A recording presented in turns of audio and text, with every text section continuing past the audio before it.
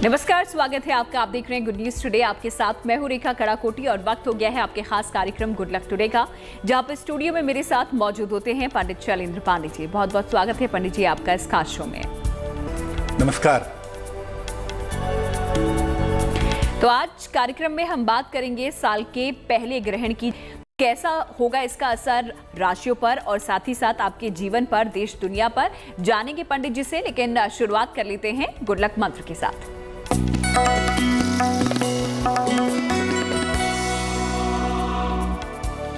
अगर आप माता या पिता हैं और आपके संतान का स्वास्थ्य अच्छा नहीं रहता है या आपके संतान के स्वास्थ्य की समस्या हमेशा बनी रहती है, तो ऐसी स्थिति में जो माता हैं वो भगवान शिव को नियमित रूप से दूर्वा अर्पित करेंगी, दूब घास अर्पित करेंगी, 1 लोटा जल चढ़ाएंगी और अपने संतान के स्वास्थ्य के लिए प्रार्थना करेंगी, तो संतान के स्वास्थ्य में निश्चित रूप से सुधार होगा। माता का मतलब ज्योतिष में चंद्रमा होता है, इसलिए माता अगर प्रार्थना करेंगी, माता अगर प्रयास करेंगी, तो संतान के जीवन पर इसका बेहतर प्रभाव जल्दी पड़ेगा। तो संतान संबंधी इस उपाय को आप भी आजमा सकती हैं और अपना भी लक चमका सकती हैं। तो ये था आपका गुड लक मंत्र। आगे बढ़ते हैं और 1 मई का पंचांग भी पंडित जी से जान लेते हैं।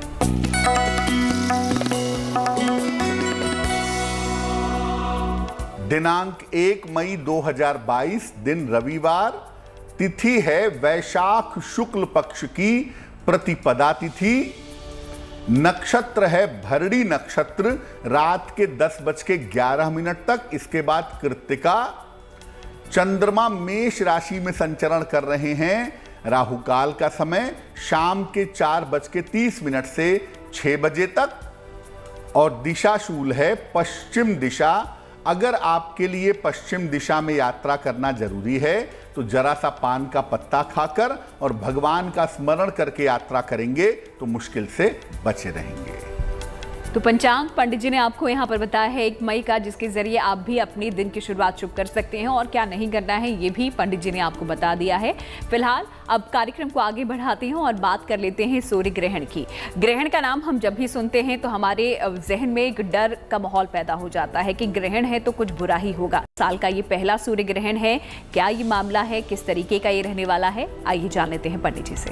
बिल्कुल, देखिए साल का जो पहला सूर्य ग्रहण है वो 30 अप्रैल और 1 मई की मध्यरात्रि को है। साल का पहला सूर्य ग्रहण अप्रैल के अंत में और मई के आरंभ में शुरू होता हुआ दिखाई दे रहा है। इसका ये जो ग्रहण है ये मेष राशि और भरणी नक्षत्र में है। मेष राशि और भरणी नक्षत्र इससे प्रभावित होंगे। ये पूर्ण सूर्य ग्रहण नहीं है, ये आंशिक सूर्य ग्रहण है। इतना जरूर है कि सूर्य ग्रहण का देश दुनिया पर और अलग अलग राशियों पर गहरा प्रभाव पड़ेगा। आमतौर पर ऐसा मैदनी ज्योतिष कहती है कि इसका प्रभाव अगले 6 महीनों तक रहता है, लेकिन मोटे तौर से 15 दिन से लेकर के 1 महीने तक ग्रहण का विशेष प्रभाव हमारे जीवन पर बना रहता है। और भी क्या कुछ इस सूर्य ग्रहण से जुड़ा हुआ है आगे आपको बताएंगे। फिलहाल राशियों पर अब नजर डाल लेते हैं और देखते हैं मेष, वृष और मिथुन राशि का भाग्यफल। मेष राशि, स्वास्थ्य का मामला पहले की तुलना में बेहतर होगा। आपके स्वास्थ्य में सुधार होता दिख रहा है। धन लाभ के सुंदर योग भी आपके लिए बने हुए हैं और इस समय आपको संपत्ति का फायदा भी हो सकता है। क्या करेंगे? किसी निर्धन व्यक्ति को अगर आप धन का दान करें तो आपका दिन और भी ज्यादा अच्छा होगा। शुभ रंग होगा पीला और भाग्य का मीटर आपको नंबर दे रहा है 90%, यानी सबसे ज्यादा भाग्य आपके साथ बना हुआ है।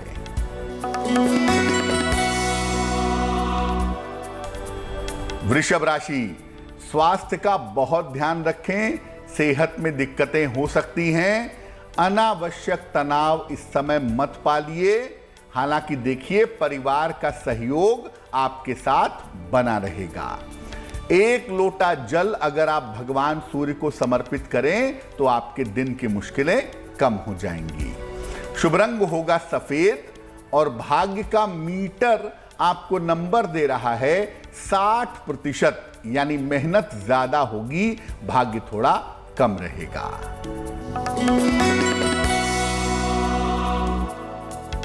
मिथुन राशि, धन का लाभ होता हुआ दिखाई दे रहा है, बड़ा लाभ हो सकता है। रिश्तों से जुड़ी हुई जो समस्याएं हैं आपकी, वो इस समय आपकी हल होंगी। करियर में कुछ परिवर्तन, कुछ बदलाव इस समय हो सकता है। किसी निर्धन व्यक्ति को अगर आप धन का दान करें तो आपका दिन और भी ज्यादा अच्छा होगा। शुभ रंग होगा आसमानी और भाग्य का मीटर आपको नंबर दे रहा है 70%, यानी मध्यम भाग्य आपके साथ बना हुआ है। तो मेष, वृष और मिथुन राशि के बारे में पंडित जी ने आपको बता दिया है। आगे की राशियों के बारे में भी पंडित जी से जानेंगे, लेकिन उससे पहले सूर्य ग्रहण के बारे में आज हम बात करने वाले हैं। और जैसा कि पंडित जी ने शुरुआत में ही बताया कि ये जो सूर्य ग्रहण है वो भारत में नहीं दिखेगा, तो इसका प्रभाव पड़ेगा या नहीं पड़ेगा पंडित जी? क्योंकि आपने कहा कि आंशिक सूर्य ग्रहण है, इसके सूतक के जो नियम होंगे वो लागू नहीं होंगे, तो क्या इसका प्रभाव दिखेगा भारत में?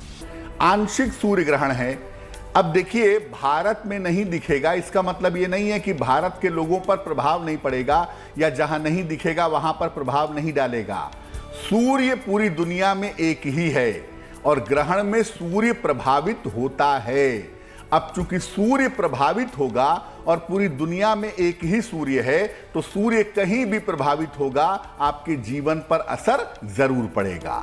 आप ये नहीं कह सकते कि भारत में दिखेगा नहीं तो ग्रहण का प्रभाव नहीं होगा, प्रभाव जरूर होगा।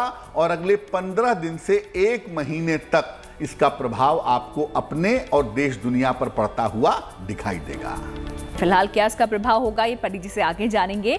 ये सूर्य ग्रहण विशेष क्यों है, पहले ये जान लेते हैं पंडित जी से। बिल्कुल, देखिए ये जो ग्रहण है इसमें सूर्य, चंद्र और राहु तीनों जो हैं इनका आपस में संयोग बन जाएगा। सूर्य, चंद्रमा और राहु मेष राशि में एक साथ विद्यमान रहेंगे। और गड़बड़ मामला ये है कि एक तो ये संयोग अच्छा नहीं है, सूर्य चंद्रमा राहु का ग्रहण है, और इस संयोग पर शनि की तीसरी दृष्टि भी होगी। तो सूर्य, राहु और शनि का प्रभाव होने की वजह से दुर्घटनाओं की संभावना बढ़ेगी। शनि वायु तत्व की राशि में, सूर्य और राहु अग्नि तत्व की राशि में, इसलिए वायुयान दुर्घटनाएं, विस्फोट होना, उपद्रव होना, इसकी संभावना बनेगी। साथ ही साथ सूर्य राजनीति का और सत्ता का स्वामी माना जाता है, इसलिए राजनीतिक रूप से देश दुनिया में भयंकर उथल पुथल मच सकती है। यह ग्रहण जैसा आपको पहले बताया कि मेष राशि में लग रहा है और इस ग्रहण में भरणी नक्षत्र इन्वॉल्व है। इस वजह से आप देखिए कि इस ग्रहण से विश्व भर में युद्ध के और विस्फोट के संकेत दिखाई दे रहे हैं। यानी जो विश्व भर में अशांति फैली हुई है वो इस ग्रहण के प्रभाव से बहुत ज्यादा बढ़ सकती है, आग भड़क सकती है। खास तौर से ग्रहण चूंकि मई के शुरुआत में लग रहा है, तो आप मोटे तौर से कह सकते हैं कि पूरा मई का महीना अशांत रहता हुआ दिखाई दे रहा है। भारत के पूर्वी हिस्सों की तरफ जैसे चीन है, जापान है, बांग्लादेश है, इन जगहों पर ज्यादा समस्याएं हो सकती हैं। भूकंप और त्रासदी जैसी स्थितियां बन सकती हैं। हालांकि देखिए भूकंप जो है उसके आने की संभावना तो है, लेकिन ज्यादातर जो त्रासदी है, ज्यादातर जो दिक्कतें हैं वो युद्ध की वजह से पैदा होंगी। युद्ध में भयंकर विस्फोटकों का प्रयोग हो सकता है और युद्ध का मामला बहुत ज्यादा गंभीर हो सकता है मई के महीने में। तो याद रखिए जो ये ग्रहण लग रहा है, इस ग्रहण में शनि का जो इन्वॉल्वमेंट हो गया है सूर्य के साथ और राहु के साथ, वो इस ग्रहण के प्रभाव को मई के महीने में बहुत अच्छा नहीं दिखा रहा है। तो क्या कुछ विशेष है इस ग्रहण में, किस तरीके से प्रभावित करेगा देश दुनिया को, ये पंडित जी से आपने समझा। और जैसा कि पंडित जी ने बताया कि मई का महीना थोड़ा उथल पुथल भरा रहने वाला है। फिलहाल आपकी राशियों पर क्या असर पड़ेगा ये भी आपको बताएंगे, लेकिन उससे पहले दैनिक राशि फल पर नजर डाल लेते हैं अगली 3 राशियों के, कर्क, सिंह और कन्या राशि। कर्क राशि, स्वास्थ्य की स्थिति में आपके सुधार होता दिख रहा है। सेहत आपकी बेहतर हो जाएगी। सेहत की स्थिति, करियर में आपके लिए लाभ के योग बन रहे हैं। इस समय यात्रा पर भी आप जा सकते हैं। 1 लोटा जल भगवान शिव को चढ़ाइएगा, आपका दिन और भी ज्यादा बेहतर होगा, शुभ होगा। शुभ रंग होगा पीला और भाग्य का मीटर आपको नंबर दे रहा है 80%, यानी बहुत अच्छा भाग्य आपके साथ बना हुआ है। सिंह राशि, मानसिक चिंताएं आपकी समाप्त होंगी। करियर में आपके लिए लाभ के योग बन रहे हैं। इस समय आपका स्थान परिवर्तन हो सकता है। अगर आप किसी निर्धन व्यक्ति को खाने पीने की चीज का दान करें तो आपका दिन शुभ होगा। शुभ रंग होगा धानी और भाग्य का मीटर आपको नंबर दे रहा है 75%, यानी उत्तम भाग्य आपके साथ बना हुआ है।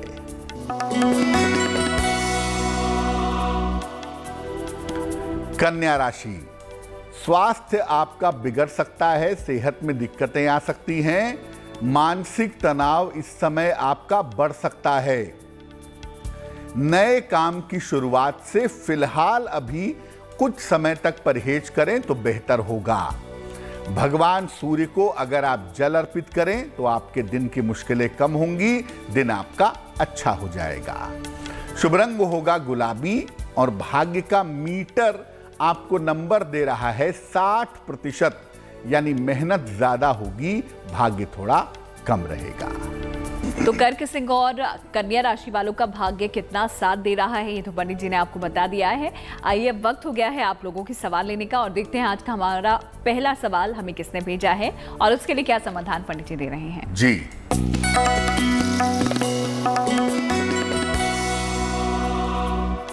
शैलेंद्र सिंह चौहान ने हमें प्रश्न लिखा है। ऋषिकेश से लिखते हैं, ये अपनी पुत्री के बारे में जानना चाहते हैं।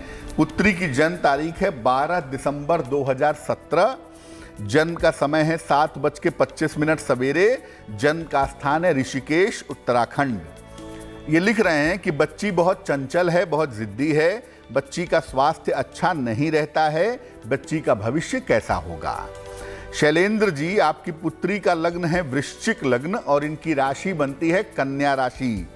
महादशा इनकी चंद्रमा की है और अंतरदशा सूर्य की चल रही है अगस्त 2022 तक। देखिए, जहां तक चंचलता की बात है, जिद की बात है, वृश्चिक लग्न है इनका, लग्न में ही सूर्य बैठा हुआ है और मंगल से प्रभावित भी है, तो थोड़ा सा एग्रेशन ज्यादा होना या थोड़ा सा टेम्परामेंट गड़बड़ होना वो संभावना कुंडली में बनती है। लेकिन आपकी पुत्री की कुल उम्र जो है वो अभी लगभग 4 साल हुई है। 6 साल तक वेट करिए। 2023 समाप्त होने के बाद आपकी बेटी का दिमाग, मन, स्वभाव ये सब बहुत अच्छा होगा। और जहां तक स्वास्थ्य की बात है, सिर्फ 2 बातों का ध्यान रखना है। एक तो आईसाइट कमजोर हो सकती है, चश्मा लग सकता है, और दूसरा डाइजेशन में प्रॉब्लम हो सकती है, इसका थोड़ा ध्यान रखना चाहिए। आप ऐसा करिए, अपनी पुत्री के लिए रोज सुबह और रोज शाम 108 बार ओम नमः शिवाय का जप करिए, तो आपकी पुत्री का जीवन और भी बेहतर होगा। अगर आपकी भी कोई परेशानी है, कोई सवाल है जो पंडित जी से आप पूछना चाहते हैं, आप हमें लिख भेजिए हमारी ईमेल आईडी पे, जो कि आपकी स्क्रीन पे इस वक्त आपको नजर आ रही होगी। अलग अलग राशियों पर इस ग्रहण का कैसा प्रभाव पड़ेगा पंडित जी आपको बताएंगे। अगर हम मेष राशि की बात करें तो अगले 15 दिन 1 महीने तक मेष राशि वाले इस ग्रहण की वजह से अपने स्वास्थ्य का और अपनी दुर्घटनाओं का ध्यान रखेंगे। आपको सेहत में दिक्कतें हो सकती हैं और दुर्घटना आपके साथ घट सकती है। वृषभ राशि वाले अपने व्यापार का और अपने वैवाहिक जीवन का ध्यान रखेंगे। आपके व्यापार के मामले में, वैवाहिक जीवन के मामले में दिक्कत हो सकती है। मिथुन राशि वालों की बाधाएं इस समय निश्चित रूप से समाप्त होंगी और उन्हें जीवन में आगे बढ़ने के अवसर प्राप्त होंगे। कर्क राशि वालों का स्थान परिवर्तन होता दिख रहा है और इस समय इनके लिए नई शुरुआत के योग भी बने हुए हैं। सिंह राशि वालों को बेवजह की चिंताएं परेशान कर सकती हैं और बेवजह के विवाद हो सकते हैं। यह संभावना आपके लिए दिखाई दे रही है। कन्या राशि वालों को स्वास्थ्य की समस्या से बचना है और चोट चपेट का थोड़ा ध्यान बनाए रखना है। तुला राशि के जो लोग हैं उन्हें पारिवारिक जीवन का ध्यान रखना है और दुर्घटनाएं न घटे, वाहन चलाने में सावधानी बनाए रखनी है। वृश्चिक राशि वालों के जो महत्वपूर्ण काम हैं वो इस समय बन जाएंगे और आप देखेंगे कि आपको हर काम में, करियर में सफलता की प्राप्ति होगी। धनु राशि वालों को स्वास्थ्य और संतान पक्ष की चिंताएं हो सकती हैं। ये संभावना धनु वालों के लिए बन रही है। मकर राशि वालों का समय वैसे तो ठीक है, लेकिन करियर में बदलाव कर लें, करियर में कुछ नया कर लें। करियर में इस समय जोखिम, रिस्क आपको नहीं लेना चाहिए। कुंभ राशि वालों को हर कार्य में विजय मिलेगी, शिक्षा प्रतियोगिता में सफलता मिलेगी और करियर में भी सफलता अवश्य मिलेगी। मीन राशि वालों को अपने निर्णयों के मामले में और विवाह के मामले में सावधानी रखनी होगी, क्योंकि मीन राशि वाले इस समय विवाह के मामले में गलतियां कर सकते हैं या कोई ऐसा निर्णय ले सकते हैं जो निर्णय उनके लिए बहुत अच्छा ना हो। तो चलिए, ये तो पंडित जी ने बताया कि अलग अलग राशियों पर इस सूर्य ग्रहण का क्या असर पड़ने वाला है, किस तरीके से सूर्य ग्रहण आपके जीवन को प्रभावित करना पड़ेगा, कैसी सावधानियां आपको बरतनी चाहिए। फिलहाल अब वापस आते हैं दैनिक राशिफल की तरफ और अगली जो 3 राशियां हैं जिसके बारे में पंडित जी अब बताएंगे वो है तुला, वृश्चिक और धनु राशि। पंडित जी। तुला राशि, लाभदायक यात्रा के योग फिलहाल आपके लिए बने हुए हैं। किसी आनंददायक यात्रा पर जाएंगे।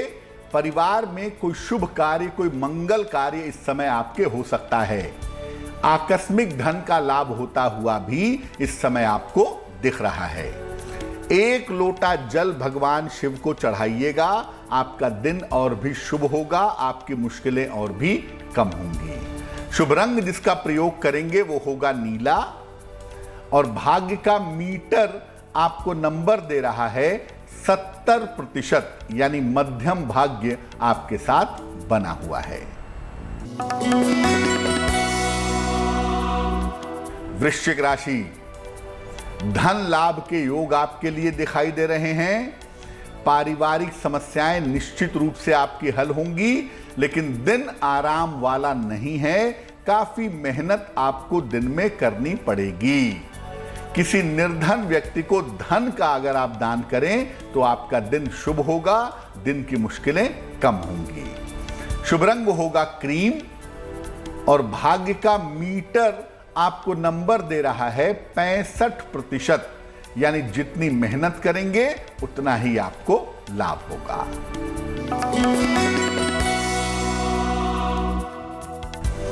धनु राशि, संतान पक्ष की आपके उन्नति होगी।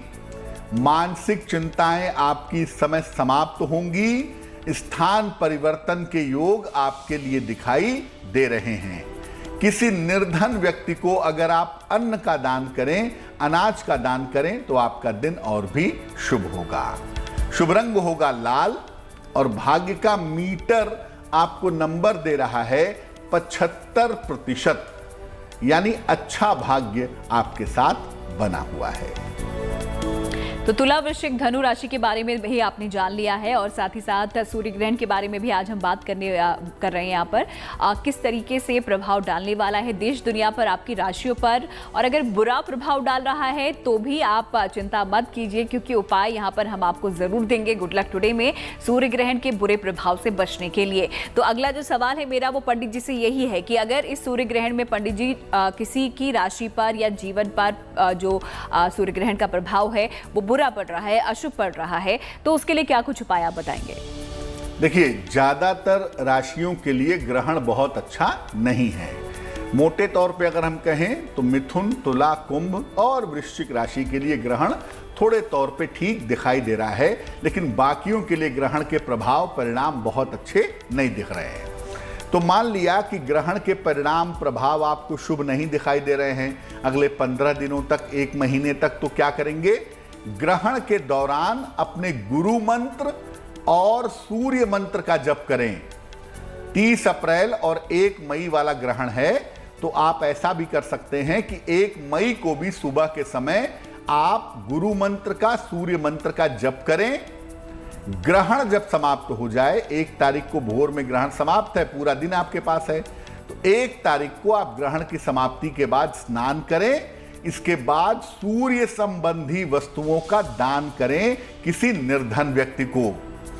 गुड़, गेहूं, आटा या तांबे के बर्तनों का अगर दान किया जाए तो ऐसा दान करना शुभ होगा। सूर्य के लिए गेहूं का, गुड़ का, आटे का या तांबे के बर्तनों का दान किया जाता है। कहीं कहीं पर लाल वस्त्र का दान करना भी सूर्य के लिए शुभ बताया गया है। तो अगर आप 1 तारीख को, क्योंकि 1 तारीख को सुबह सुबह ग्रहण खत्म हो जाएगा, तो 1 तारीख को दोपहर में किसी भी समय आप स्नान करके थोड़ा सा सूर्य वाला दान कर देंगे तो ग्रहण का कोई भी दुष्प्रभाव आपके ऊपर नहीं पड़ेगा। तो चलिए, उपाय भी यहाँ पर पंडित जी ने आपको बता दिए हैं कि अगर आपकी राशि पर सूर्य ग्रहण का कुछ अशुभ प्रभाव पड़ रहा है तो क्या कुछ उपाय आप कर सकते हैं, क्या कुछ दान पुण्य आप कर सकते हैं ताकि जो बुरा प्रभाव है वो कम हो सके। फिलहाल आगे बढ़ते हैं और आखिरी 3 राशियों पर भी अपना नजर डाल लेते हैं। देखते हैं मकर, कुंभ और मीन राशि का दैनिक राशिफल। मकर राशि, करियर में इस समय लापरवाही मत करिएगा, वरना नौकरी पर संकट पैदा होगा। पारिवारिक विवादों से दूर रहें, परिवार में बेवजह के झमेले में मत पड़ें। दौड़ भाग थोड़ी इस समय आपकी बढ़ेगी। 1 लोटा जल भगवान सूर्य को चढ़ाइएगा, आपके दिन की मुश्किलें बहुत हद तक कम हो जाएंगी। शुभ रंग जिसका प्रयोग करेंगे वो होगा हरा, और भाग्य का मीटर आपको नंबर दे रहा है 60%, यानी मेहनत ज्यादा होगी, भाग्य थोड़ा कम रहेगा। कुंभ राशि, काफी व्यस्तता आपके लिए दिखाई दे रही है।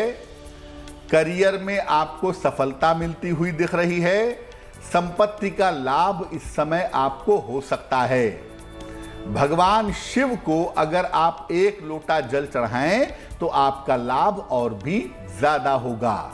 शुभ रंग होगा सफेद, और भाग्य का मीटर आपको नंबर दे रहा है 70%, यानी मध्यम भाग्य आपके साथ बना हुआ है।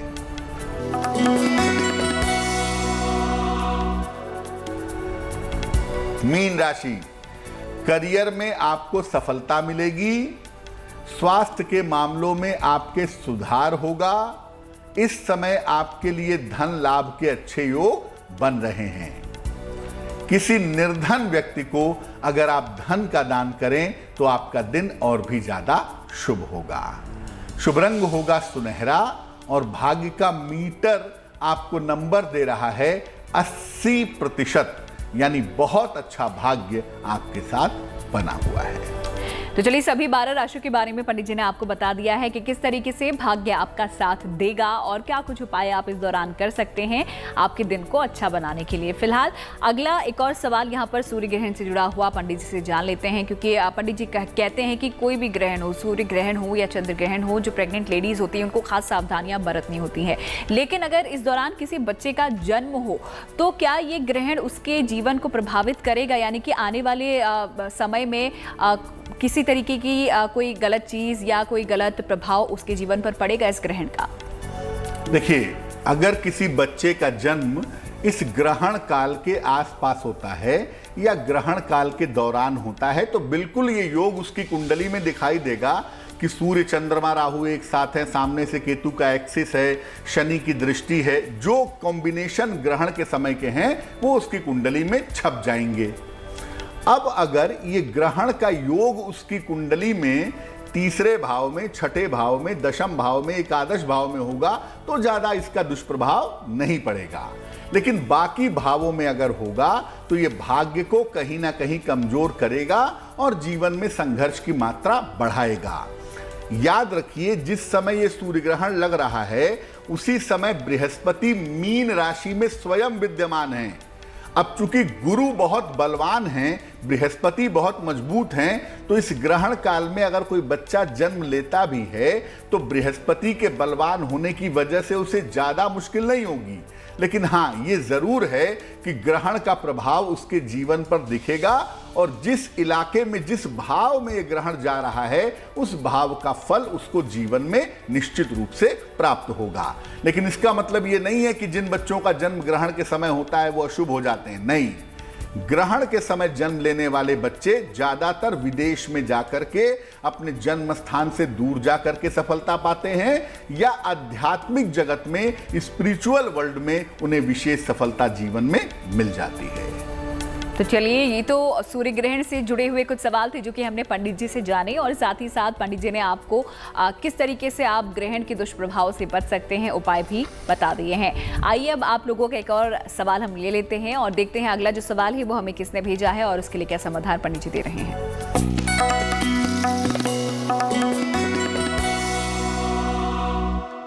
शिवम पटेल ने सागर मध्य प्रदेश से हमें मेल लिखा है। शिवम की जन्म तारीख है 5 सितंबर 2001, जन्म का समय है दोपहर के 2:45 और जन्म का स्थान है सागर, उत्तर प्रदेश।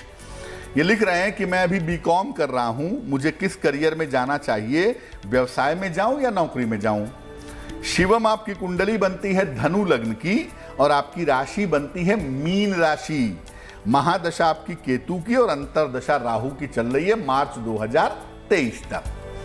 सबसे पहले बता दूं कि मैं आपको ये कहूंगा कि आप ग्रेजुएशन के बाद, बीकॉम के बाद या तो लॉ कर लीजिए या मैनेजमेंट में जाइए। अगर आप लॉ या मैनेजमेंट के क्षेत्र में जाते हैं तो उसमें आपके सफलता मिलने की संभावना बहुत अच्छी है। दूसरा, ये कुंडली शुरुआत में नौकरी दिखा रही है तो शुरुआत में आप नौकरी करिए, भले ही बाद में अपने प्रोफेशन या व्यवसाय में जाइएगा। देखिए, आपकी कुंडली में एक तो मंगल बैठा है केतु के साथ और दूसरा सूर्य बैठा है राहु के साथ, तो वाहन चलाने में हमेशा सावधानी रखेंगे और दूसरा, अपने डाइजेशन का हमेशा ध्यान रखेंगे तो आपके लिए बहुत अच्छा होगा। क्या करना चाहिए? एक मोती बनवा के पहनिए, लगभग 10-12 रत्ती की मोती चांदी की अंगूठी में, दाहिने हाथ की सबसे छोटी उंगली में। शुक्ल पक्ष के सोमवार की रात को मोती पहनने से लाभ होगा और रोज सुबह सादा जल, प्लेन वाटर भगवान सूर्य को चढ़ाइए तो आपके स्वास्थ्य की बाधाएं दूर हो जाएंगी। तो अगर आप भी कोई सवाल पंडित जी से पूछना चाहते हैं जल्दी से हमें लिख भेजिए हमारी ईमेल आईडी पे जो कि आपकी स्क्रीन पे फ्लैश हो रही है। फिलहाल अब उनके बारे में भी जान लेते हैं पंडित जी से जिनका जन्मदिन आता है 1 मई को। उनके लिए साल कैसा रहेगा, आइए पंडित जी आपको बताएंगे। जी,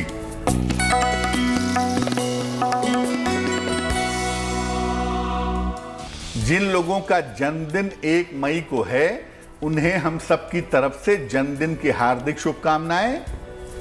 आने वाले साल में, आने वाले वर्ष में अपने स्वास्थ्य पर ध्यान बनाए रखिएगा। वैवाहिक और पारिवारिक मामलों पर भी इस साल में आपको ध्यान देना होगा। हालांकि देखिए, राहत की बात यह है कि आपके करियर की स्थिति और आपके धन की स्थिति कुल मिला के संतोषजनक बनी रहेगी। वर्ष के अंत में आपका स्थान परिवर्तन हो सकता है, साल के अंत में आप चेंज ऑफ प्लेस कर सकते हैं। क्या करना चाहिए?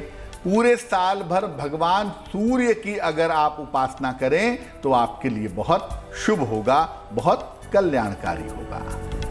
और चलिए अब वक्त हो गया है आज की जिज्ञासा जानने का। और आज की जिज्ञासा पंडित जी ये है, क्योंकि सूर्य ग्रहण के बारे में आज हमने बात की, तो क्या ग्रहण का जो प्रभाव है वो गर्भवती महिलाओं पर ज्यादा पड़ता है?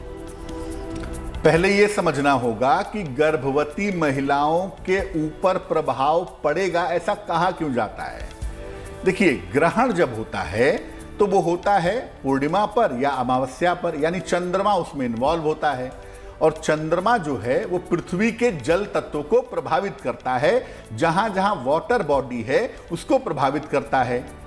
महिलाएं जब गर्भवती होती हैं तो उनके गर्भ में वाटर फ्लूइड में बच्चा विद्यमान रहता है, और जिस वाटर फ्लूइड में बच्चा विद्यमान रहता है उसमें नमक और पानी का उतना ही इक्वेशन होता है जितना इक्वेशन समुद्र के नमक और पानी में होता है। इक्विवेलेंट होता है, बिल्कुल वैसा ही होता है।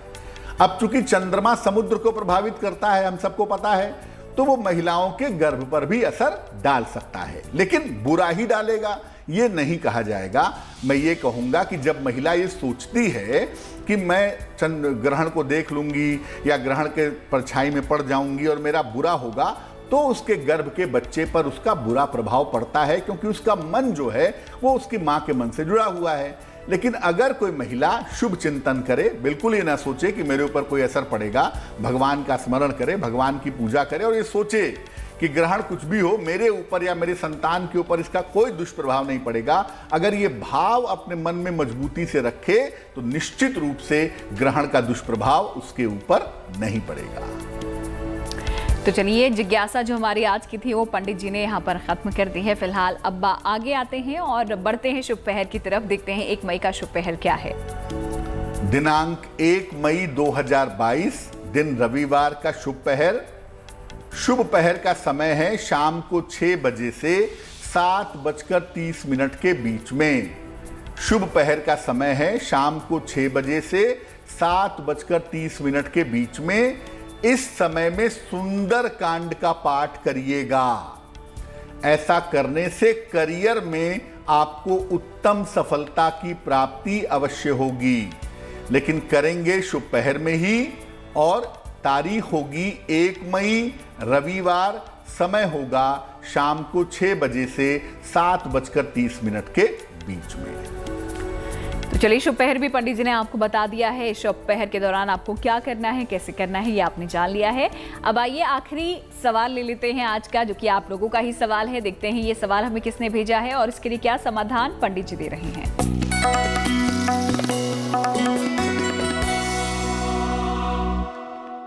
कृष्णपाल जी ने प्रयागराज से हमें मेल लिखा है। 27 मई 1970 का जन्म है इनका। 3 बजे दोपहर का जन्म स्थान है प्रयागराज। कृष्णपाल जी कह रहे हैं कि परिवार में अशांति बहुत है, तनाव बहुत है, उसे कैसे दूर किया जाए और करियर इनका कैसा रहेगा।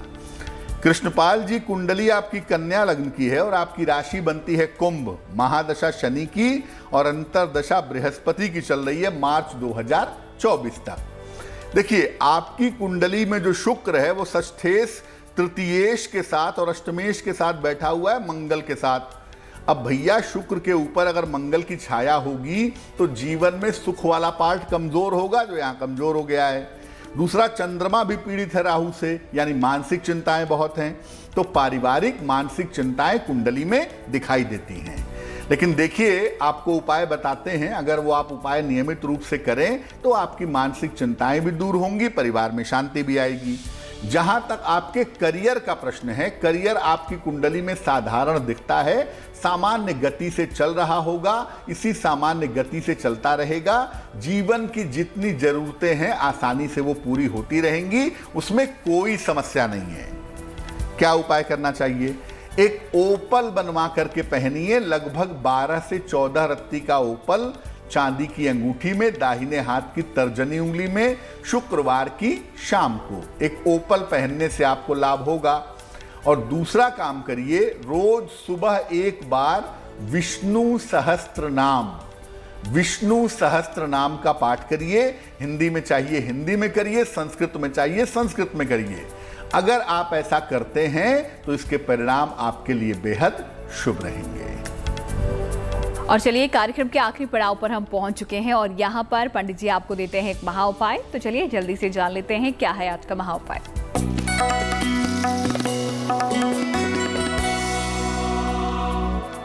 अगर आपको पीठ दर्द की समस्या है या कमर दर्द की समस्या है, तमाम उपाय करने के बाद, तमाम दवाई करने के बाद भी आप ठीक नहीं हो रहे हैं, तो क्या करेंगे?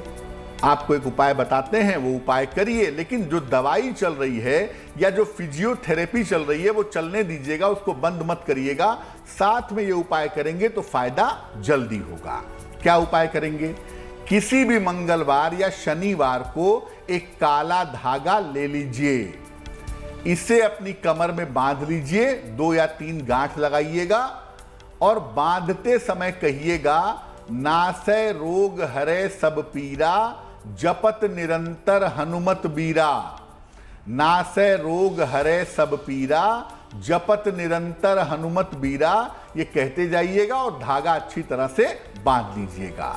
ये धागा बांधने से बैक एक की, पीठ दर्द की, कमर दर्द की समस्याओं में सुधार होगा। लेकिन आप इस धागे को हर महीने बदल दीजिएगा, पुराने धागे को घर के बाहर फेंक दीजिएगा और फिर किसी दिन नहा करके नया धागा बांध लीजिएगा।